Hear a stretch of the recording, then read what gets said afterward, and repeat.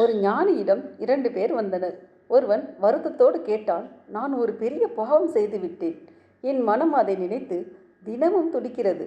நான் செய்த பாவத்துக்கு மீட்சி உண்டா? அடுத்தவன் ஞானியிடம் சொன்னான், நான் இவர் அளவுக்கு பெரிய பாவம் எதுவும் செய்யவில்லை. சின்ன சின்ன பொய்கள், சிறு ஏமாற்றுகள், இப்படி நிறைய செய்துள்ளேன். தண்டிக்கும் அளவுக்கு இவையெல்லாம் பெரிய பாவங்களா என்ன? ஞானி சிரித்தார். முதல் ஆளிடம், நீ போய் பெரிய பாறை ஒன்றை தூக்கி வா என்றார். இரண்டாம் அவனிடம், நீ போய் இந்த கோடி நிறைய சிறு சிறு கற்களை பொறுக்கி வா என்றார். இருவரும் அவ்வாறே செய்தனர். முதல்வன் ஒரு பெரிய பாறையை தூக்கி வந்தான். அடுத்தவன் கோடி நிறைய சிறு சிறு கற்களை பொறுக்கி கொண்டு வந்தான்.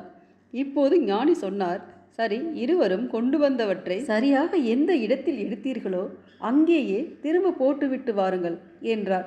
முதல்வன் பாறையை எடுத்து கொண்டு போய் எடுத்த இடத்தில் வைத்துவிட்டு திரும்பினான். இரண்டாம் அவன் தயக்கத்துடன், இவ்வளவு கற்களை நான் எப்படி சரியாக அவை இருந்த இடத்திலேயே வைக்க முடியும் என்று கேட்டான். ஞானி சொன்னார், முடியாதல்லவா? அவன் பெரிய தவறு செய்தான். அதற்காக வருந்தி அழுது மன்னிப்பு கேட்டு அவன் மாற்று பரிகாரம் செய்து அவன் மீட்சி அடையலாம்.